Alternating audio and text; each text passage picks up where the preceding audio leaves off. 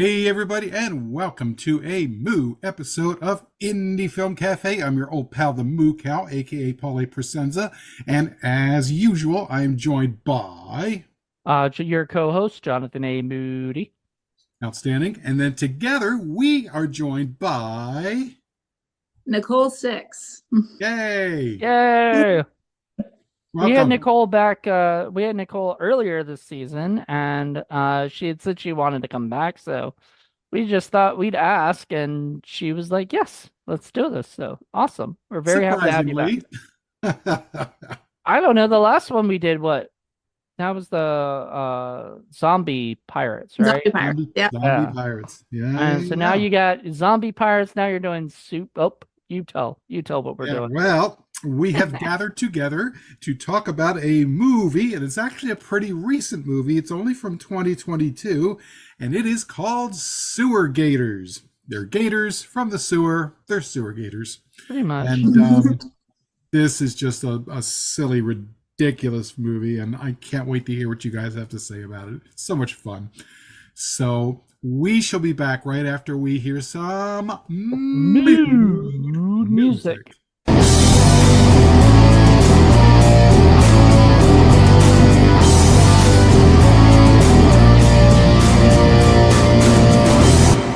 And we are back. So, first impressions. Who would like to tell me what they thought about sewer gators? I know Nicole would like to because she was Okay. she was beaming about it earlier. So Nice. Well, I thought it was really funny. I liked it a lot. My favorite character was the newscaster. He was really funny. fun. Brock Peterson. Brock Peterson. Which is that My is that the second name for favorite the guy character- from Simpsons or Uh, not sure, but that is the actual director, ah Paul Dale. So, yeah. now I'm not surprised. You know. Yeah. You Yeah, know, my yeah, second favorite character was the mayor. The mayor was also hilarious. Yeah. I don't know. I like the police lady. You know, I really liked her. I thought she was pretty funny. She I was. liked her, and I liked the secretary, the Mitchell secretary Gladys. The No, one no, who that's ends what I up. was talking about. Because she's the police lady. She's, the Yeah, other yeah, girl yeah. was not part of the police department. She was just helping out with the police department. Yeah, But no, she's the she one was with the little gators on her face. yeah, yeah. I liked her. She was my favorite. That's why she's up there. Yeah, You know. yeah, yeah. So She- she was funny, and yeah, it was just a cute, ridiculous little movie. And for those of you who don't understand, this is one of those silly, ridiculous movies that sort of take a very micro budget approach and use it as, a positive instead of a negative, because Mhm. clearly these are little plastic gators that they're being used as props for monsters instead. And it was just a lot of fun, I thought. Sort of reminded me of that one you did with Just Jen that she didn't really earlier, the cow one, the killer cow one, Oh, or Killer Cow. the cow one. And I Mad Cow. think, yeah, Mad Cow. And I think Jen didn't get the sense of humor, but I bet if you had shown Nicole that movie, she would have got it and loved it. And I think that kind of style of low budget, independent goofiness is a taste you have to Mhm. acquire. And this is definitely our kind of cup of tea, while I'm drinking a Coke. Absolutely. So, who wants to sort of sum up what happens in this movie? I'll go. Okay. Okay. So it starts off with a couple of rednecks, and one of them gets eaten out by the ass from something that comes up from the sewer. What it is, we're not sure, although the title kind of gives it away. So the police begin to investigate, and as they investigate, they discover there's an alligator in the sewer, at least one. They don't know how many. And they tell the mayor, we have to cancel the festival because there's a big gator festival and it's been happening for 50 years. Thibodeau. He doesn't want to cancel it. So then they have to try to find the gator before the festival happens. Exactly. And what movie is this film kind of parroting? Jaws. Yeah, very much. It's all Jaws. It reminds me of we did for 80s horror films. Madeline Deering and I did Blades. And Blades is Jaws on a golf course. with a killer lawnmower, the blades of a lawnmower being the joke. I guess they couldn't do anything with like, like what would be the jaws of a gator, you know what I mean? So they can't really call it anything but sewer gators. But it was basically Jaws. It was it had the sheriff, it had The the Brody mayor, character. it had the what is it, Hooper and Quint kind of Hmm. characters. It had all of it. The only problems I had were that I wanted them to do the specific, like, very big scenes. Like, I wanted to hear them say, like, "Smile, you son of a gator," or Oh God, or "See you later, alligator," like something like that. we're While gonna they need a blew up bigger swamp boat. Right. Something like that, but they didn't do any of those lines. Yeah, And no. I was like, you're ripping off Jaws, but not giving us the fun stuff with Jaws, in my opinion. Like the fun stuff with that is like, saying those stupid like I lines. mean, I get that, but sometimes that can be a little much, just like we just had one where somebody was saying, "Smile, you son of a bitch." And I'm like, "Oh, I just rolled my eyes with that." If they had done this, they would have been too on the nose with that, in my You opinion. think I so? I think there was just enough in this. I mean, because you could see all the scenes. They had the chalk on the chalkboard or whatever, the Oh hands on, yeah. scraping. Shane. It had those little scenes, but And even said, you get the head and the tail and the whole damn thing. the whole damn green thing or something Yeah. like that. Yeah. And just yeah, I love that. Like they really did do a great job like parodying Jaws, but I don't know. What did you think, Nicole? Did you think they did a great job parodying it? I thought so. I thought it was a lot of fun. I think that the mayor was very funny. I also think the most interesting thing about this movie was its use of B-roll. Yeah. What do you Yeah. roll? Yeah. Explain that one for the folks at home. Okay, so when you're watching this movie, there's a lot of scenery and things they flash to that are obviously B-roll that they didn't record. They just used stock footage, just a bunch of stock footage. And they usually are playing guitar. There's some kind of twangy music going on at the Yeah. time that that's going on, which is kind of fun.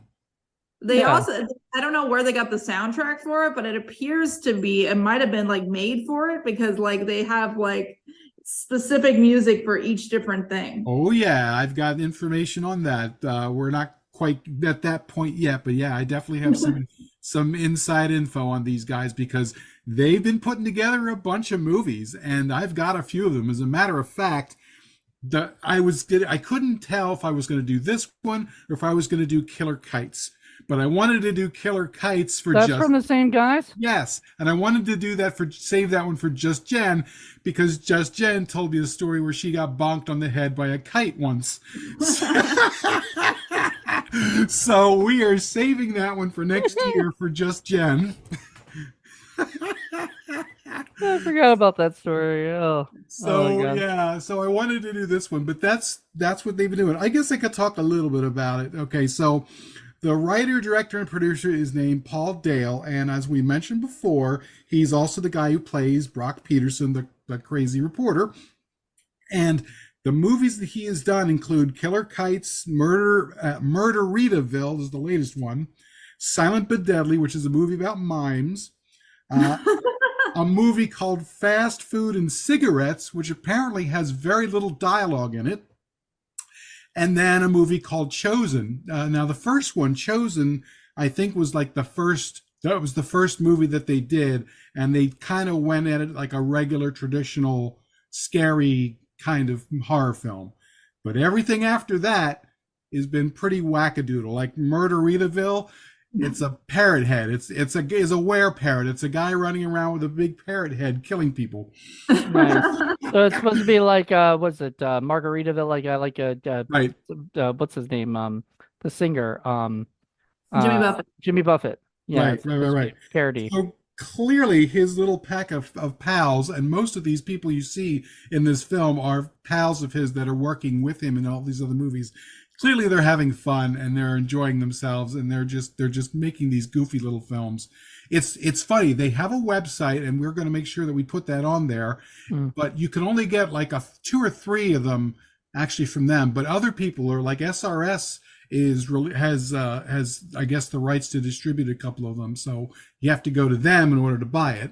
But we'll make sure folks are out there, because trust me, we're gonna do a few of these movies because it looks like these guys are a lot of fun.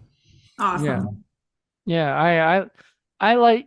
I was surprised because I mean, well, yeah, it was kind of with the with Nicole basically saying she really thought it was funny through like on Facebook. She's talked about that, so I was like, oh God. Now, like my expectations are a little higher. I don't know if I'm gonna what's gonna happen if I'm because our sense of humors could be completely different. Hmm. To be finding stuff funny, and I'm not usually into redneck humor, and you know me, Paul. I'm not like that's usually like I don't mind the dude from I don't mind Josh Swire and the things being like the Yosemite Sam kind of character and stuff like that. Kind of find that kind of goofy, but and funny enough. But like some people, it's just unfunny. And Hmm. we're eventually gonna do Redneck Zombies because I am friends with Hey. those guys. So and they have told me they want me to review it and interview them. So Okay. we are gonna do that, but I'm not usually into redneck stuff. Like I'm not. And then I watch this, I'm like, oh no, this is a redneck thing where the two characters have cigarettes, but they never light them, which I got so as my OCD is like, what is going on here? Why do they have that? Like, it's just bothering me a little bit. Well, the movie sets it up pretty much from the very, very beginning that this is going to be a silly movie. When Mm. the opening credits are there, and they're saying things like, "Oh, here comes the movie. Don't worry," you know. And then you know, what's his name? The guy who gets Et. And the sheriff comes over, and the first thing she asks him is he going to be okay? And there's just a plastic foot sticking out of the toilet. And then the guy's like, she starts screaming because he comes out with a little zipper and is like sticking it in there. He's like, oh, sorry. It was very Oh, cute. I like it, that. yeah, it was a cute little movie. What were some of your favorite things, Nicole? Like I said, I like the reporter. I thought it was funny they constantly kept changing his byline to say different things throughout the movie. Mm, Uh-huh. So you'd I say, "Hi, thought, I'm Brock Peterson, blah blah blah," and then Brock Peterson, blah blah blah. Just all these different ones he was doing. yeah. And I thought it was funny when they have the scene with him in the hot tub where he's like lighting it was very Ron Burgundy. That's what he reminded me of the most was Ron Burgundy. And so I thought it was very funny. I liked Shane. Shane is the prepper, which if you don't know what a prepper is, it's someone that believes the apocalypse is coming, is always prepared for it. And Mm. he offered to hunt down the alligator if they'd pay for him to have his swamp. And then he had a change of heart and decided to help out of the goodness of his heart. But he was a Yeah. very interesting character too. He was the I Quint of the group. He was the guy, the hunter from Yeah, he was Quint. yeah, yeah, from Jaws. But what else were we gonna say? I was gonna say I thought it was super funny. They had him drag his nails down a dry erase board. That was see, that's the parody. That's where they like the joke comes in because oh, we don't have a chalkboard.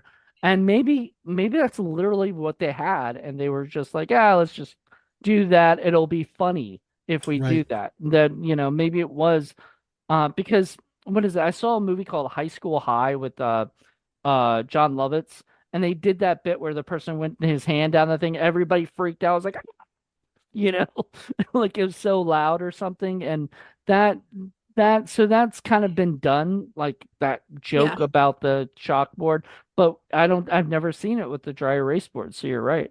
that was Which is hilarious. cute Mm. because that's what they had. So Uh, why not go for it? I ah, also liked how they had to have fights with the rubber gators. Like Yes. the big gator was done with like CGI, it looked like, or something where they Oh used some yeah. footage or something. But the little gators are all rubber. Including a tail, at least one tail. Yeah. And I think some of them were puppets, it looked like, or something. And I know Paul loves his puppets, so Oh, I I was love my puppets. surprised that he But was it's so cute because just like in Jaws, the big things, everyone's now terrified to go into the water because they think they're seeing sharks everywhere. Well, now everybody is getting them, in these ridiculous places. She's like, oh, there's an alligator in my washing machine. There's an alligator in my sprinkler system, there's an and it's alligator in the hot true. tub. And they're all coming out of like every tiny little place, and it's just adorable. I know it sort of reminded me because Madeline did what bathtub shark attack. Hmm. This was bathtub gator attack, Right. and everything. Which I mean, it wasn't the bathtub. The person was in the bathtub, and at one point it came out, and I'm like, I mean, this sucks. I would just go outside, because apparently that's not where. And like that one girl, the girl from the secretary was like, Yeah, Gladys. yeah, Gladys. She was like, I can't even pee. I Yeah, want to I've been pee. holding it for The 3 days. You for better three do days. something. You better do something. And I'm like, go outside. I mean, it doesn't, like I know that's kind of gross or whatever, but especially for women, it's a little harder for guys. It's easier to just go outside if they want to, but Especially in you a know, swamp. I'm sorry, there's all kinds of weird shit squirming around out there. It's probably not something I want to do, even as a guy. I don't I know. once went to a party and I was waiting for the party bus to pick me up, and it was so freaking cold. And I'm dressed in like nylons and everything, and I made it happen. So, ladies, if you have to go outside, you can do it. Oh There you man, go. I know somebody who just opened up her car, walk outside and squat.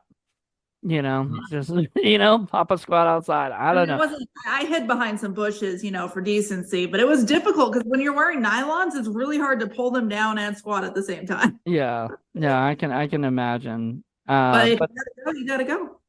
if you gotta go, you Listen, got, especially 3 days holding it in. No. and That's no, and there's a gator around every corner, so you never know. yep. Yeah. And This this see that. wasn't cute little roller gator, by the way. These were evil, nasty, awful gators. The one went after the older woman in the piano. Yeah. Piano, yeah. But then they got the big ass gator at the end that's just like, Yeah.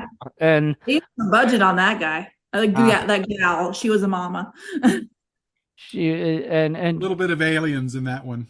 yeah, yeah, definitely. I didn't even think about that, but yeah, there's a little bit of aliens or alien. I think it was aliens, right? Yeah, Aliens, the second one. second one. But, Um, obviously, they didn't have the money to make it like a really good CGI effect. And the fact is the fact that it's bad. In fact, there is a movie called Bad CGI Gator out there. So it's a little it's a little toss to that. And it's more fun when it's like that. And then obviously like the fire and the explosion were cheap, crappy Yeah. CGI too. But it's fine because it fits right in with the feelings and the theme of the movie, which is just silly ridiculousness, you know. Full Moon So, had put out a bad CGI gator, so I Full mean Moon this, did that yeah, I didn't know. yeah, Danny Draven directed it, and Okay, he's part of the Full Moon group, and I'm uh, sure we will get to it.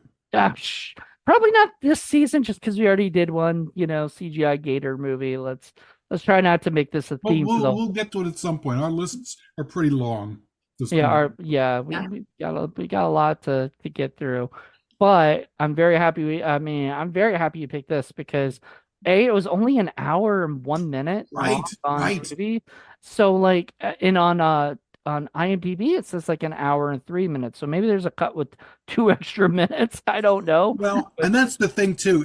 If you're gonna just do these goofy, ridiculous, silly movies, I think you're better off keeping it rather short. An hour, maybe a little bit more than an hour, is probably good enough. I think it would have lost a lot of the humor if we had to go another 20 minutes or 30 I was minutes. glad they did it short. The screenplay I'm working on right now, it's for a B film horror movie, and we agreed that we were only going to do 70 minutes because we didn't want to drag it on for too long. Right, right, Yeah. right. And that's the thing about if you really want to do comedy, comedy has to be quick. It's all about Yeah. timing. You don't want to belabor anything. Now, I do suggest don't make it 70 pages, make it like 80 or 90, because sometimes things when they get, when they're written don't get established exactly as quick as you think they are and everything. So sometimes sometimes what you think is a 70 page, aka 70-minute movie will actually end up being only like 50 Yeah, minutes and that stuff. page a minute thing is approximate at best. I know. And dialogue is sometimes dialogue is this quick and sometimes it can be, not that quick and go too quick. And so it depends. And so Well, I always go higher than what, yeah, you and always then want you to can always shoot more because then you can edit things down. You don't want to right. have to worry about getting everybody back and shooting an extra 5 or 6 minutes because that's a real pain in the ass and And it more could be money. very costly. And then you may not be able to get everyone, and then it becomes a real problem. So you're better off overshooting and doing a little bit more, doing another 10, 20 minutes more, and then just kind of editing it down. So I think that's most likely what happened here. However, I don't know whether you guys noticed, and that's the other kind of little issue I had with the film is that really it was only about 53 minutes long because the ending that was about 8 minutes of end credits there. They kind of Yeah, went that was on a little lot. Oh, it bloopers was and 8 minutes. things. It was 8 minutes exactly, pretty much. Like it maybe 8 minutes and 2 seconds. And it was in very slow credits Mhm. at the They end. were the Like slowest credits I have ever seen. and In unless fact, you watch a Dustin Ferguson movie with she stretches those out very, don't very they long even too. say somewhere along the line we had to pad this out or something? Yeah, I think so. Yeah.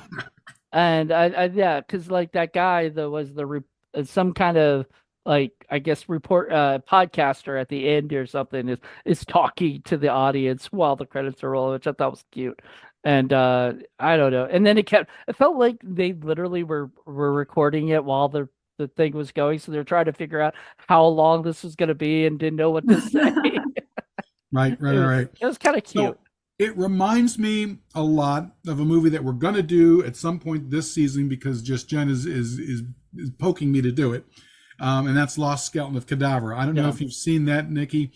Mhm. You definitely need to see it. If you like this movie, you'll like that because it's like this, only more so, even more, and with even more of a budget spent. And it's really, really, really good and really funny. And when you can do humor right and you can do parody right, it's a really, really fun experience. And it's harder than it looks. Comedy is actually, in my opinion, harder to do than horror or drama. Um, Yeah. Right. because and the thing that Moody said earlier, what's funny to me and what's funny to you may not be funny to somebody else. It may not even be funny to a lot of people, and you don't really know, you Yeah, know? like I said, I don't think Justin would have found this. I mean, she might have found it kind of cute, but not as funny as we found it. Because She would have it's, rolled her eyes a lot. yeah, because well, it also takes the love of B movies and the fact that Nicole is doing, B movies herself too, and she's been in a few B movies herself, kind of helps with that, because then you can kind of understand. Like you worked with James Balsamo, you know how it is on a There low you budget go. indie set. This is a James Cheesy. Balsamo movie. Come on. Anyway, James would probably like this movie. I think so. His would be a little bit different with a lot more nudity, but Yeah. that's not what this movie had. This movie was almost felt like it could be I for was kids. actually shocked at the lack of romance. Like they brought in the character and they put the two characters together, but nothing happened. Well, Now, I have a theory on that just because like she the was. sheriff says, he's got cookies and beer, so he's happy. Yeah.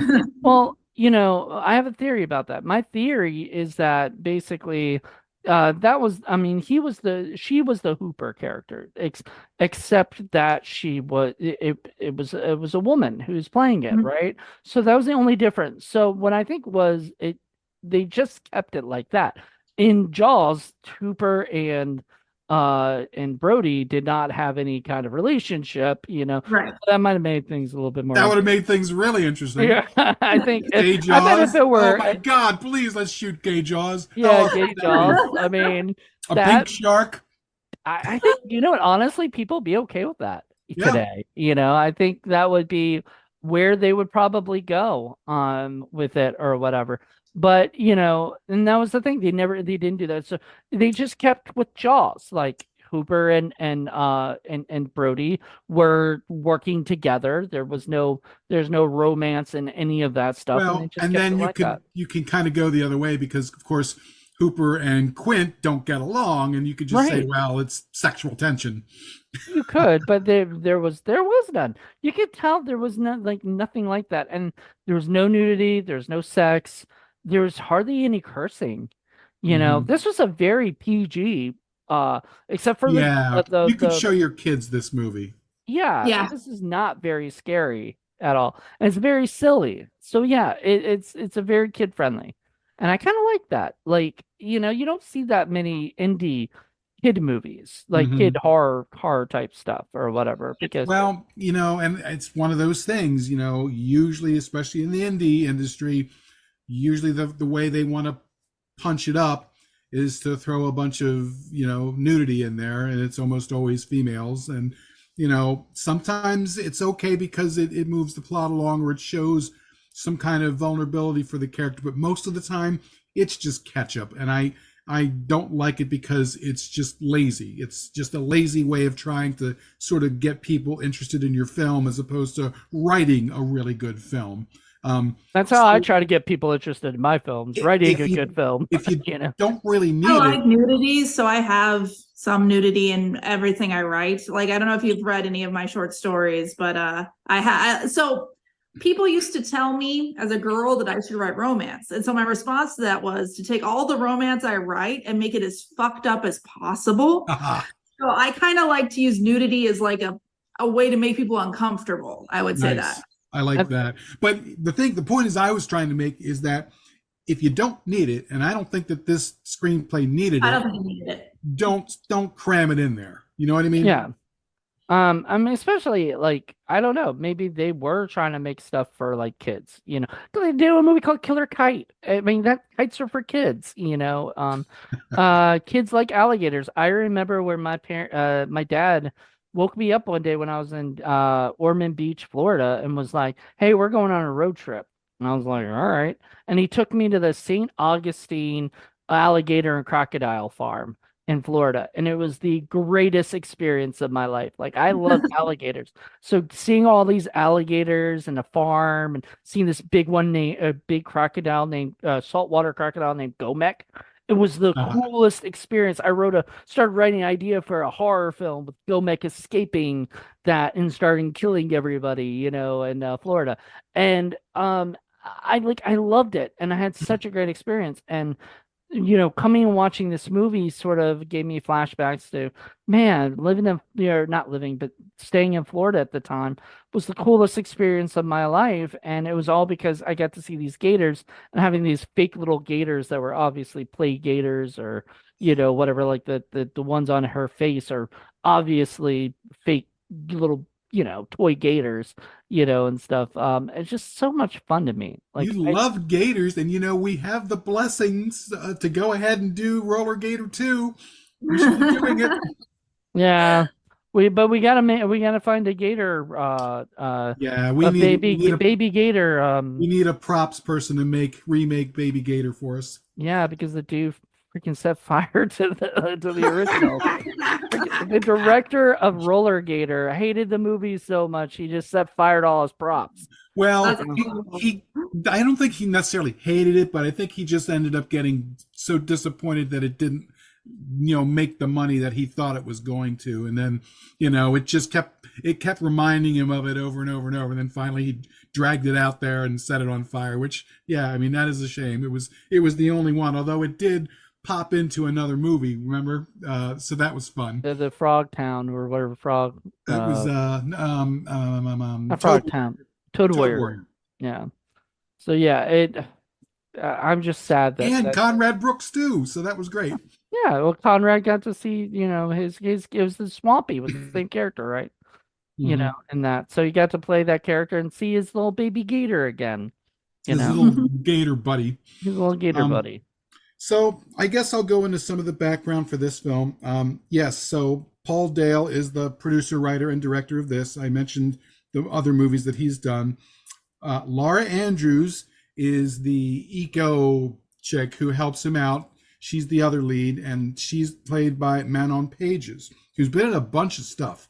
The movies that she's been in include Summer Baby, Purgatory Road, End Trip, and then she was also in at least 3 or 4 of the other movies that Paul Dale has done, including Fast Food and Cigarettes, Killer Kites, Murderville, etc. She's also been on TV, and including in episodes of The Purge and Murderous Affairs, and a show called Vampire Bud, which apparently is a TV miniseries. Something about vampires and marijuana together. Wow. Well, if you're gonna have curious about that. Yeah. Because usually you have vampire movies and 420 movies. You don't get a whole lot of, crossover. So I'm kind of I knew Purgatory Road. I mean, I'm assuming you smoke the weed and you become a vampire. Could be. I can't see how else it could be connected. So Mark Savage did Purgatory Road. I thought Tina Kraus was in that, but I think I'm wrong. I know Trista Robinson, who I'm a big fan of. She's in that. So good. She's been in some stuff. She does. Mitchell the Cop was played by Kenny Bellau, Bellau, and I thought he did a really good job, by the way. He's really only been in 4 movies, and all of them have been Paul Dale movies. So, Fast Food and Cigarettes, Murderville, and then he was also in a TV episode of something called Bad Grandmas. So, I don't know. That had to be Paul Dale. No, it wasn't actually, unless Paul produced it, which he did not. So, wow. Okay. So, Bad Grandma's the TV show. There you go. Great. And as I mentioned, Paul Dale played Brock Peterson, the reporter. Then the Mayor Bobby, was played by Sean Phelan, and he also was in Silent but Deadly, the other Paul Dale movie, and some other the Mime stuff. movie. Right, the Mime movie. That's on Tubi as well. A few of these are actually on Tubi. Oh yeah. I have Killer Kites though, so we're gonna do that in the studio. That'll be fun.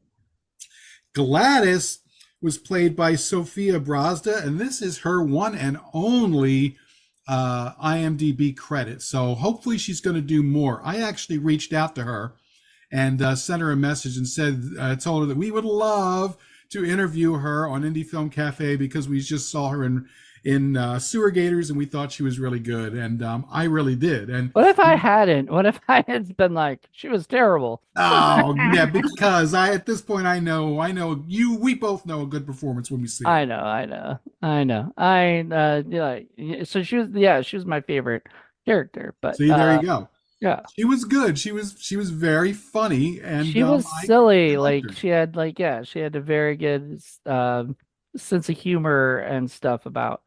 And at the same time, I was worried about her. I was worried when she was getting attacked by all the little baby gators, even though they're ridiculous and harmless, I mean, what are they? They're just poking. Wanted her to succeed. She was a fun character. She was, and I'm glad that she was able to do so well. Would you say you were Gladys? Yes, I was very glad of Gladys. So Shane, the Gator killer, was played by Austin Naughty, and he is another guy that's been in a bunch of stuff. So he was in the movie Battleship, believe it or not. He was in Dragon Eyes. He was in D&D Book of Vile Darkness. He was in Universal Soldier Day of Reckoning. He was in the second Twilight movie. No, it looks like he was in the Twilight Saga Breaking Dawn Part 2. Dawn Part 2. Yeah. Not the second one, but it's the last one. I couldn't tell you. I've never seen any of them, but I do know that he was in several TV shows, including NCIS, Blackbird, and then Your Honor. Preacher, Purge. It looks like a ton of stuff. He was in a movie called Worst Prom Ever, which sounds like it'd be fun, like a Carrie kind of a reference there. I think it's a comedy. I think that's a teen comedy. I think you'll hate it. Most likely. And then finally, Our boy Reggie, who was the deputy in the movie, was played by Carter Simino, and he is the guy who did the soundtrack and has done the soundtrack for I think a couple of other of his movies. And I'm almost positive he's the twangy guitar guy, and because he's also the one singing with the dog Yeah. and the poor dog. What did you think of the dog scene, Moody? Did that get to you? I He got in the would, toilet. yeah, mainly because you couldn't really see it. It didn't bother me as much. You could hear the yelping or whatever, but it confused me a little bit at first because like it didn't look like he was talking or something or whatever. Like I couldn't tell what was going on exactly. So I don't know, but when I saw the dog, like, or heard the dog yelping, I was like, oh no. And then the dog was disappeared, I guess. I guess he brought him down the toilet. How do you put something down the toilet? I don't get any of these movies that do that kind of stuff where there's a foot stuck in the toilet. Like, how do you put a whole human down that little thing? Not It's like, easily. that's a comedy. I know, but I'm just saying it just frustrates me when I'm like, okay, this doesn't make any sense whatsoever, you know? Like at least there should be like remnants of the body of a dog. They probably didn't want to do that because they didn't want to, Oh have yeah, no, CGs this of, is supposed to be funny. So you yeah, know, not very I scary. was sad that the Yeah. dog got killed. I'm always yeah. sad when I kill animals in movies, especially Yeah. cats. That's pretty standard. We're all pretty animal positive, and here at Indie Film Cafe, and we always hate it when an animal meets their untimely demise, and we definitely don't want to see it. Yeah. We got called like vegans on when we did was it Zombievers. We reviewed that, and the main girl from that, Courtney Palm, she watched our review online because I sent it to her. She watched it and she said, y'all sound like vegans the way you guys are like, don't hurt the dog, don't let the dog die." And she's a vegan, so that was a compliment, to us, or whatever.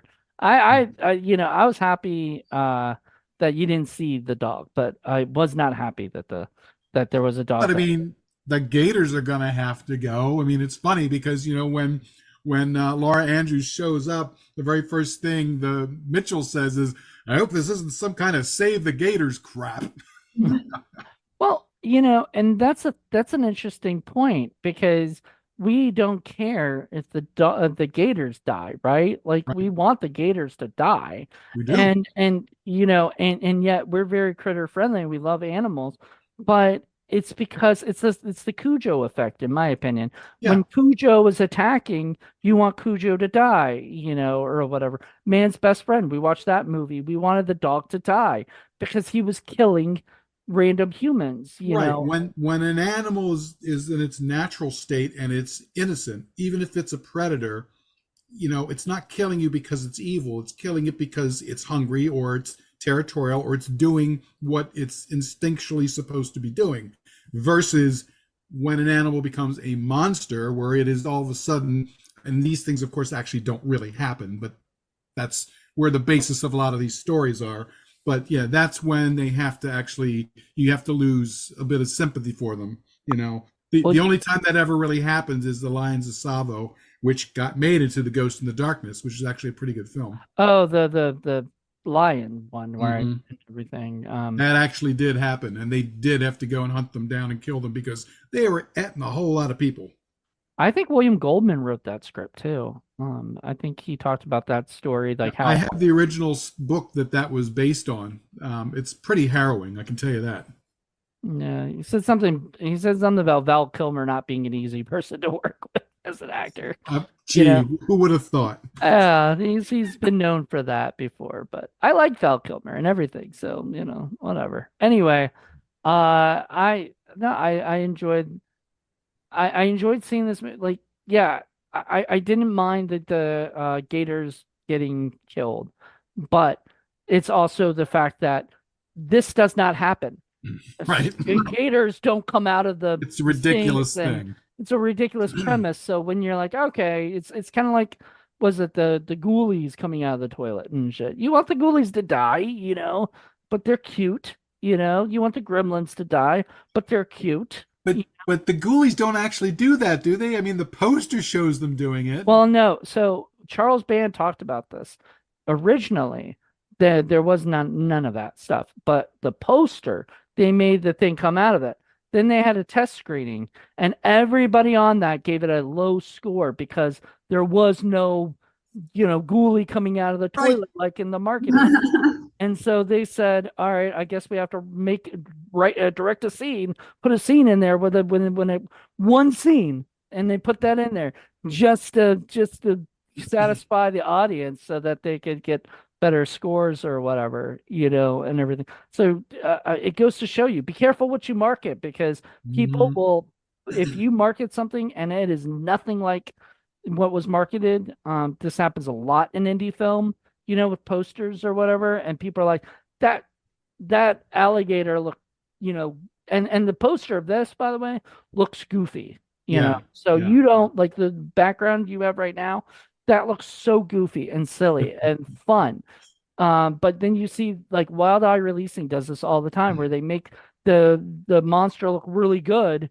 Then you watch the movie and the monster looks like shit, Yeah. and it Yeah. and it's like, oh man, you got them in on the thing, and then you can't deliver. And then me, I couldn't give two hoots about a movie where it's yet another crazy guy who runs around and kills some girls in a mask. It's been done a billion, trillion, quadrillion times. Yep. I just don't care. Now you start getting weird, silly things like we did Attack of the Killer Donuts before, or you have Gators, or Killer Kites, or what was the movie? Remember we did the Killer Bra, where it was an evil bra that was killing people. Come on, that's awesome. Nobody makes those movies. That's why I love movies like that. Killer Condom from Yes. Trauma. Like there's a ton of these movies where they basically make no sense anyway. Killer Like, wow, refrigerator, killer sofa. I love stuff like that. that was my favorite scene in Forgetting Sarah Marshall, where they were making fun of a movie about like the Sarah Marshall character was in a movie about a foam that killed people.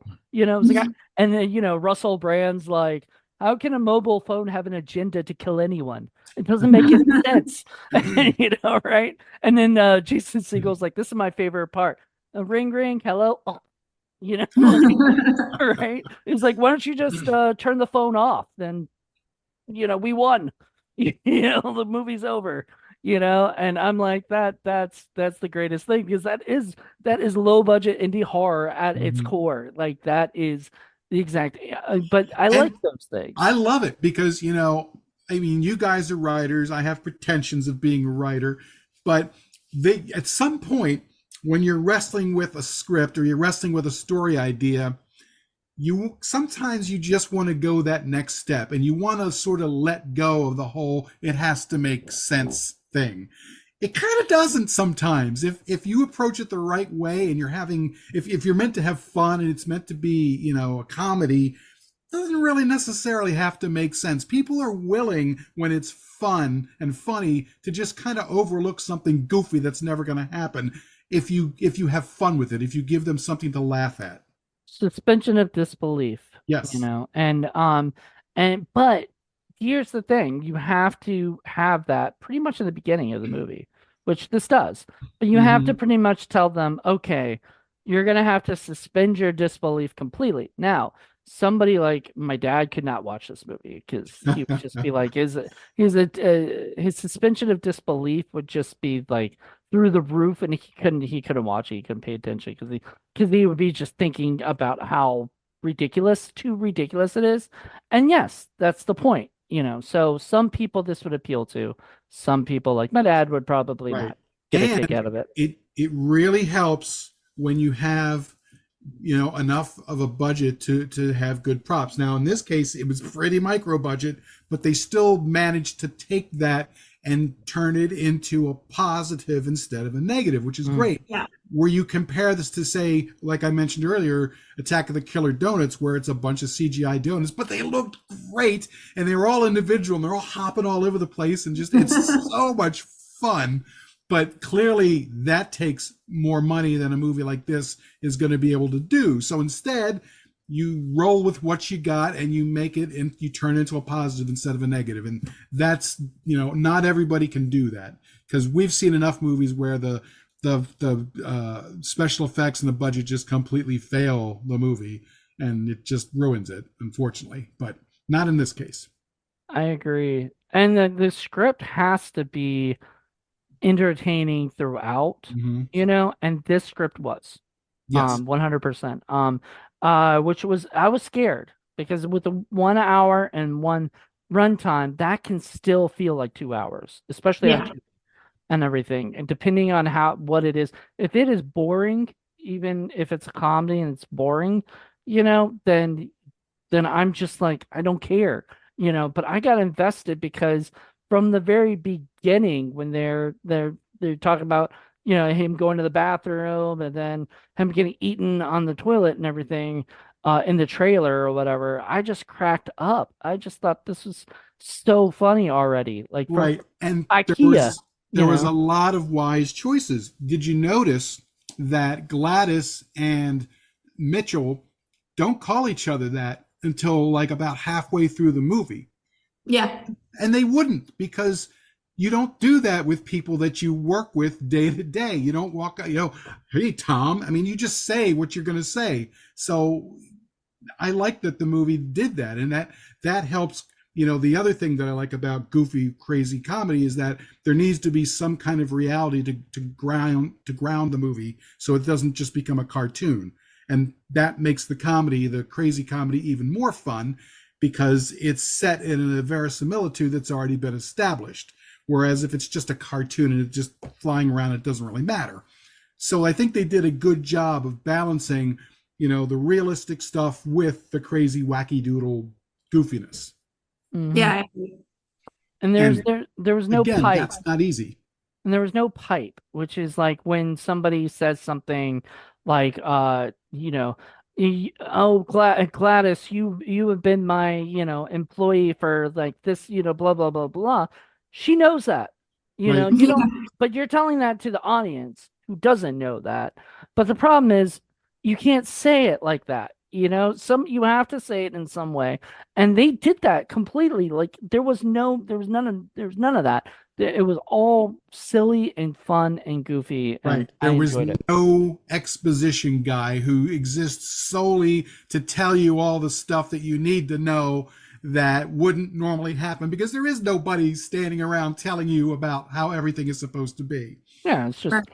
they're all learning about it as we are learning about it, Mhm. and everything. And we don't need some like person, like they could have very much used that as the hunter guy or whatever, and had him be like, for years the sewers have been running rampant with these things, and I've Right.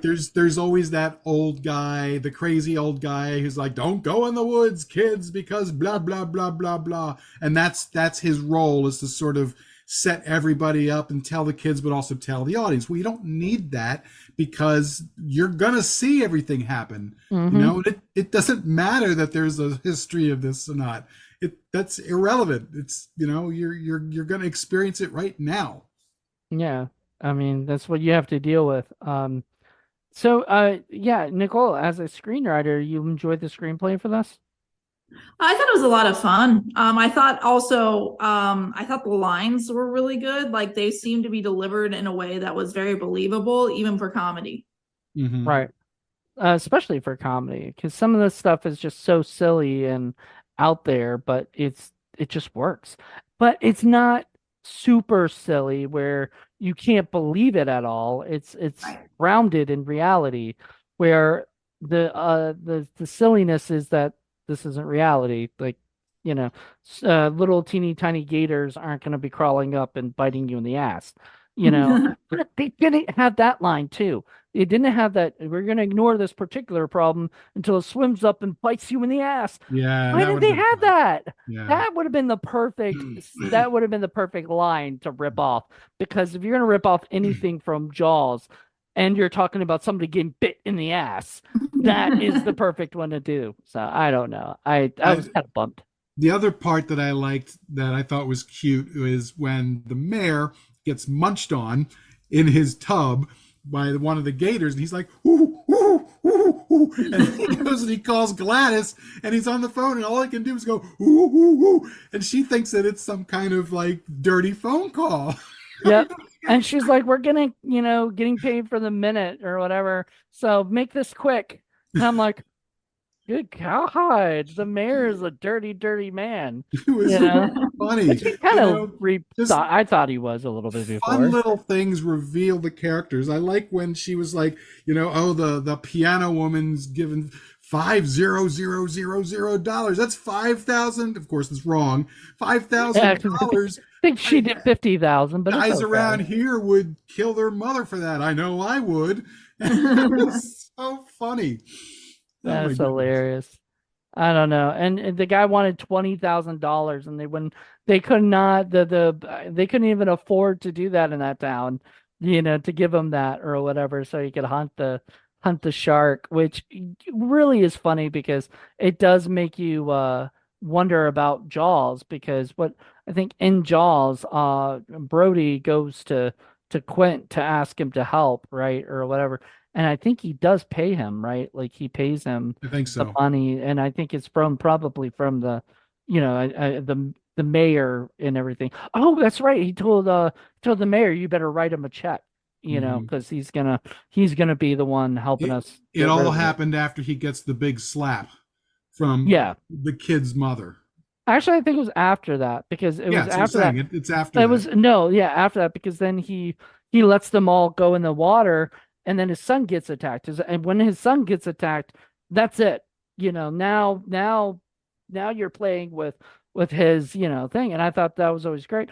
There was none of that because there's no family. There's no family. I like that. I like that. There didn't need to be a family, Right. And it also reminded me of Snow Shark a little bit. A little bit. Which we reviewed last year. Wait, not last year. Like the second season that we did. We had Snow Shark by Sam Qualiana. And it was just silly and funny, and it was Jaws in the snow, like 2 inches of snow the shark is hiding in. Yeah, it's just ridiculous. But and then that actually caused John Johnson on our podcast to come up with a great idea for Shark, You Son of a Bitch, which he's directing, and Paul's in that movie, by the way. Yeah. Paul got to have a little cameo in that. I don't know when it's out, but hopefully it'll be out somewhat soon. I'm hoping by summer, because it's a man, movie. I need that Internet Movie Database credit on my name. Oh, did they not update that? Maybe you might have to do that. Update yourself in that. I don't know. No. Talk to Johnny about it. But yeah, Snow Shark and Sewer Gators. I mean, I feel like that would be a great double feature for somebody to watch. Sure. Yeah, and it's just, sometimes you're just in a mood for something crazy, wackadoodle, and fun. And I think this movie fits the bill, and I can't wait to show you guys Killer Kites, because it's even sillier and more fun. Honestly, it's so silly. Nicole will have to come fly out here for that. So that'd be great. So are you over in LA, Nicole? Yeah, I live in LA. Oh, okay. Wow. Outstanding. I'm sad that we never hung out or whatever. I guess it was a bad week. Yeah. Yeah, it was well, not just that time, but when I was living out there too. I think we were friends back then too. So when I was in 2020. So, you were out in LA in 2020, right? Yeah, but COVID. Oh yeah, that's right. Yeah. Well, if you ever get the chance to come out east to Virginia, we'd love to have you in the studio. That'd be a lot of fun. That would be fun. Yeah. I'll see whatever happens. I'm not against. Trust me, we have oodles of movies we could show you. Oodles. And the best part is, at the studio, we actually have a bunch of movies there, already, pretty much ready to go. Mm-hmm.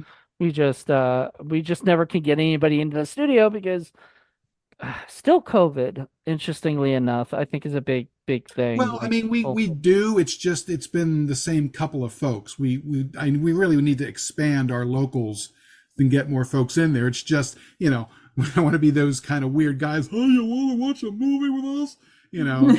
Out of nowhere. I mean, I'll do that. I don't care. But Moody doesn't want to do that. No, I do it, but it's just I don't really have anybody who would want to. It's independent indie B movies are a specific thing. Remember, I had that one guy, but he only liked comedies and everything and stuff like that, or watch Donnie Darko with us. But Mm. there's only and I really don't. I'm very weird. I'm very much an introvert. I like to stay in my house and not go out. And I went today because Andre invited me out to go to Baker's Crust.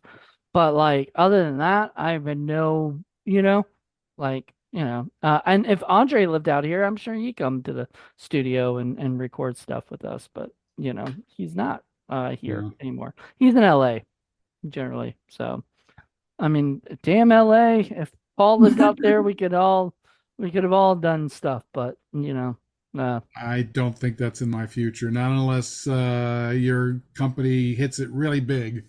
yeah, and even then, I think you'd still probably want to move out to like Vegas or something like that.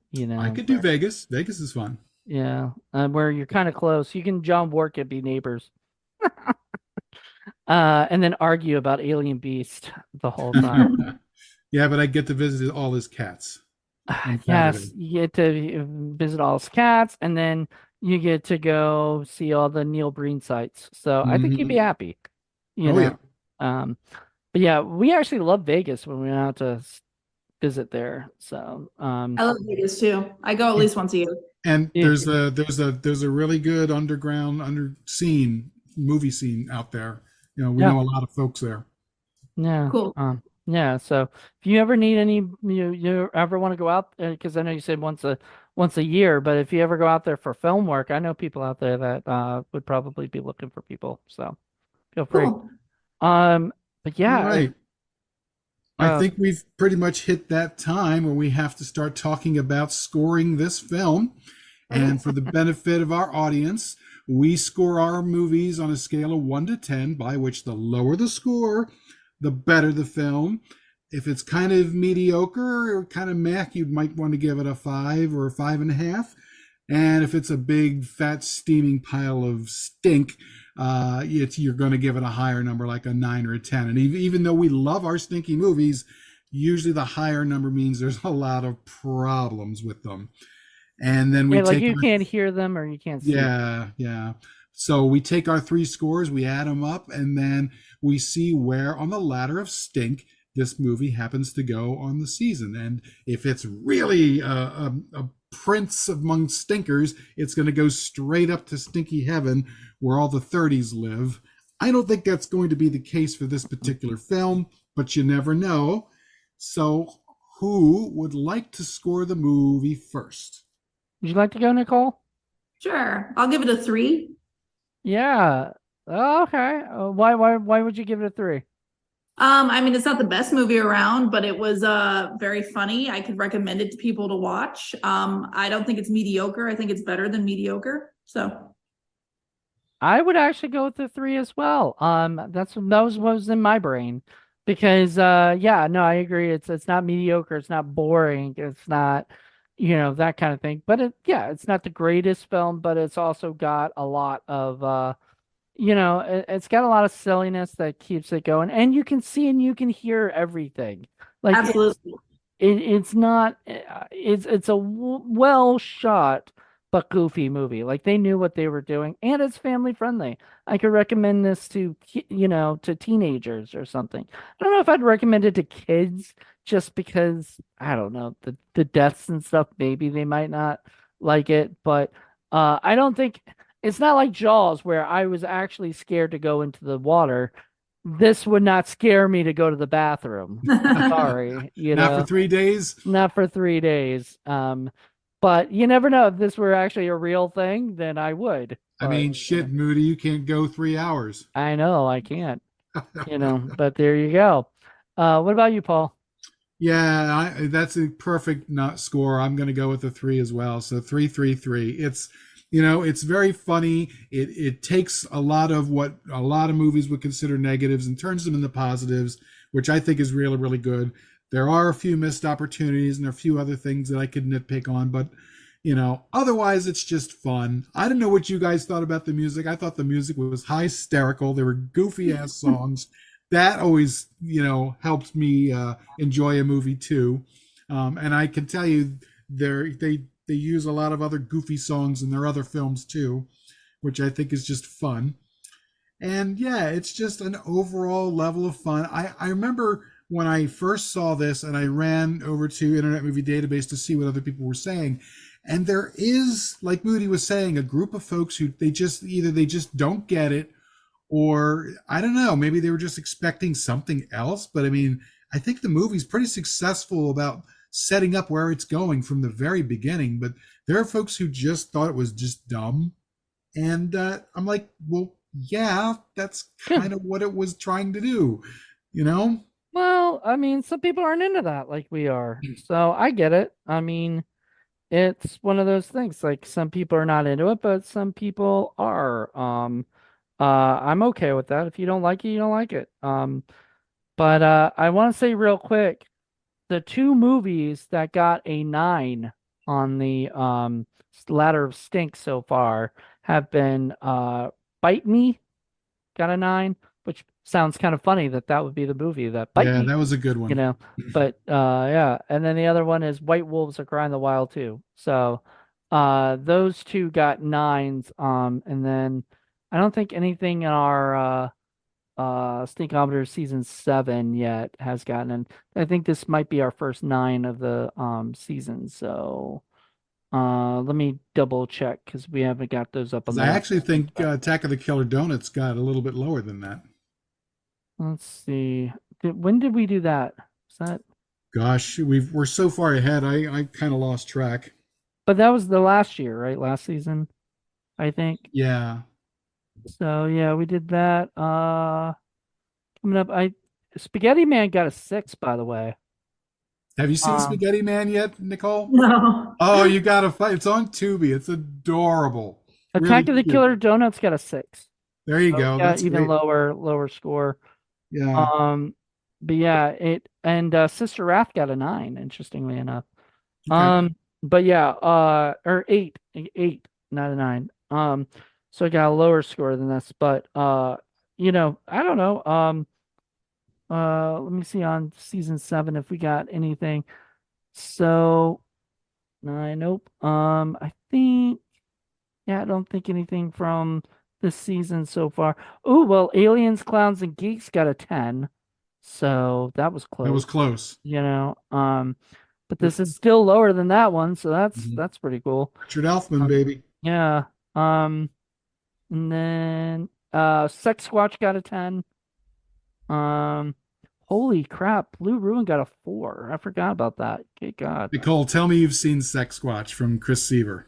No. Oh my God, you gotta watch that. It's so ridiculous. I think you'd have a lot of fun. It's like this, only way, way, way more over the Well, top. it's more James Balsamo-y, than Gotcha. that. Like it's more to the point of like gross out humor and things like that and sex and other things. But you know, this was fun. I don't know. I really enjoyed it. So but yeah, I think this is yeah, those two Bite Me and White Wolves. Now if Paul was on the White Wolves one, he would have gave it a higher higher stink score than me and Yeah, it wasn't my. Justin and I don't John. have the nostalgia for that like you guys do. Well, John didn't either, but for some reason John Ward and he still liked it. I don't know. He still enjoyed it a lot more. I think because it was more polished than a lot of the indie movies and stuff. It was definitely better looking. Yeah, that was what's his name's wife? Yeah, Julie Corman, Yeah, Roger Corman's wife, produced that. So I mean, it's a Corman movie basically. It's produced by the family. So there you go, family. But this is a family-friendly movie, so maybe family-friendly movies also get a lower score because they do put a lot more, you know, you know, unless we're thing. talking about Santa Claus meets the ice cream bunny, or Fun in Balloon Land, or some of the other Well, stinkers that we've done. 10, whatever, Oh, Wonton Wonton Ton, Ton, Wonton Ton, the that dog that dog saved movie. Hollywood. Oh, and God, Yeah, what was the weird Christmas clown movie Christmas that we did? Clown. Oh, Santa, Wizzo the Clown. Wizzo the Clown. That was it. Oh my God, that was terrible. Oh man, it was horrible. And you tortured poor Lenore with that one. Oh yeah, oh yeah. Probably gave her nightmares of a clown like that. But it was yeah. A lot of that is just it's terrible, but this was really well done and a lot of Mhm. fun, and I enjoyed it. Yeah, it So was a lot of fun. yeah, thank you for picking it. So, yeah, thanks, Nicole, for coming on the show. What do you have going on that you want to talk to everybody about and let us know? You know. The only things I'm working on right now is I'm working on my first feature film, and there'll be more details about that. It will be available on Tubi. The producer I'm working with already has a couple of films on Tubi. So I'm working diligently on that, and in the meantime, I have a monthly readers list where I'm giving away a free story every month to anyone that wants one. So, Ooh, I'd be interested in that. okay, I'll add you to the list. Please, that'd be fun. There you go. Indie Film Cafe, always bringing people together. Yeah. Uh, So, Nicole, do you prefer more, say, traditional horror type films, or do you like kind of goofy, wackadoodle, ridiculous ones? The best answer I can give is I like Wes Craven. Wes Craven's style is like the best style for me, where it's scary but still funny. Okay. okay, so like, you're talking like Nightmare on Elm Street or like Both Nightmare on Shocker? Elm Street and Scream. Scream Okay. is one of my favorite movies. I think it is just amazing. And for the record, there's no nudity in it. Yep. Scream was the movie that got me back into horror. For a long time I wasn't watching horror stuff, and then Scream I watched and it didn't scare me. Like it wasn't Oh, it something like didn't scare me. It is you know, scary though. Like the scene when Steve gets gutted in the opening thing, like that's fucking disgusting and scary. And gory, like but when it's they're killing Drew Barrymore, you feel bad for her. Like you are like it does evoke emotional response, but I wasn't like scared that Ghostface is gonna kill me. But I Friends was scarier, I think, in a lot of ways. I will tell you the one movie that did scare me that was a couple years after Scream or whatever was The Ring. And that Mhm. was only because me and my friends were watching it. I worked at a video store at the time, so I got a screener video cassette of it. And if you watch The Ring, it's a video that you put in, right? Yeah. Everything. So we put the video in and we did it. And as it said, the line about what is it? And you're gonna get a phone call or whatever. When the phone rang on the television, my friend's phone rang at Oh that my God. exact moment. And it wasn't planned. Like there was nobody doing that. Like somebody set it up where it was gonna ring at that. Turned out to be his uncle that called, but for a little, like for a few seconds, we were just like, "Don't answer that. Don't. This is really creepy that this is happening." And my friend was like, "Okay, this is weird, but I'm gonna answer it." And we were like all freaked out for a second. He answered, and it was like his uncle calling him. That freaked us out. After that, I was like, "Okay, there's something really fucked up about this movie." It's so funny though. You can't really share that reference with like the younger kids because they didn't grow up with a community phone in the house. It's everyone's Yeah. got their own personal phones now, and Yeah, there's nobody my family still has the, phone plugged into the wall or whatever and shit like that. We still have a landline, but most people don't. That's yeah, right. most Like people most don't. people. Or things like beepers. The younger kids, they don't know what a beeper is. They've never Right. seen that. Yeah. And as old people that, that don't need beepers, they forget about the beepers that existed at one point. Like, oh yeah, oh God.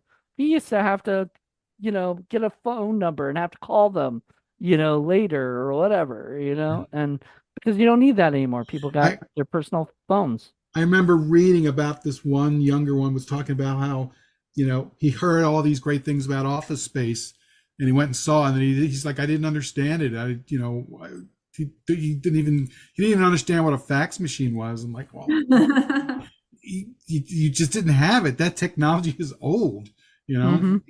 Nobody uses fax machines. At least I shouldn't think anyone uses a fax machine anymore. I don't know.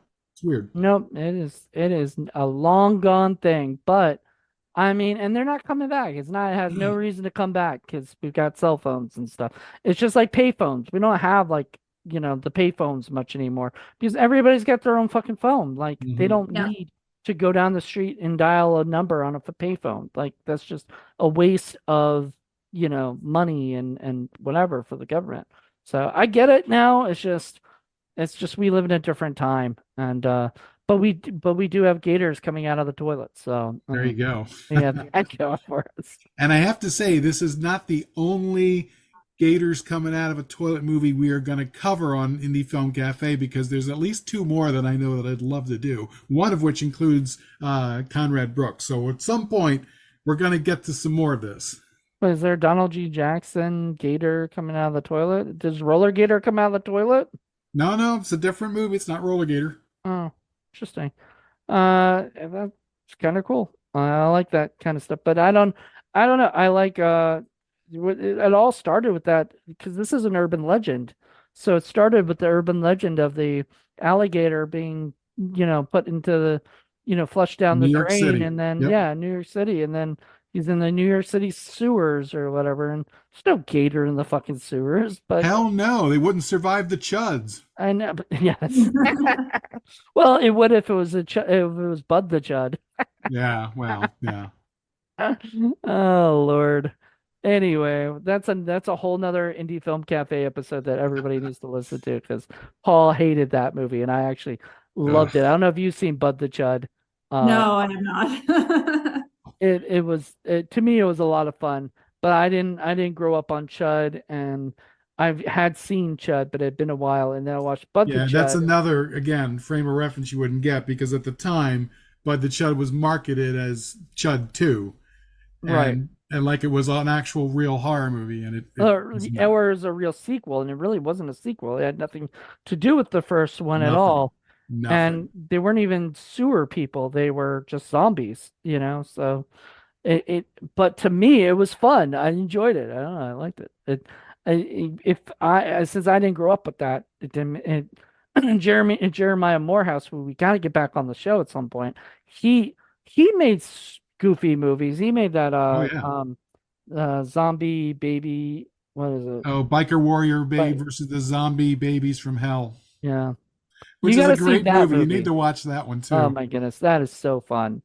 And we reviewed that movie, and the director ended up becoming part of our podcast. So Hmm. That's cool.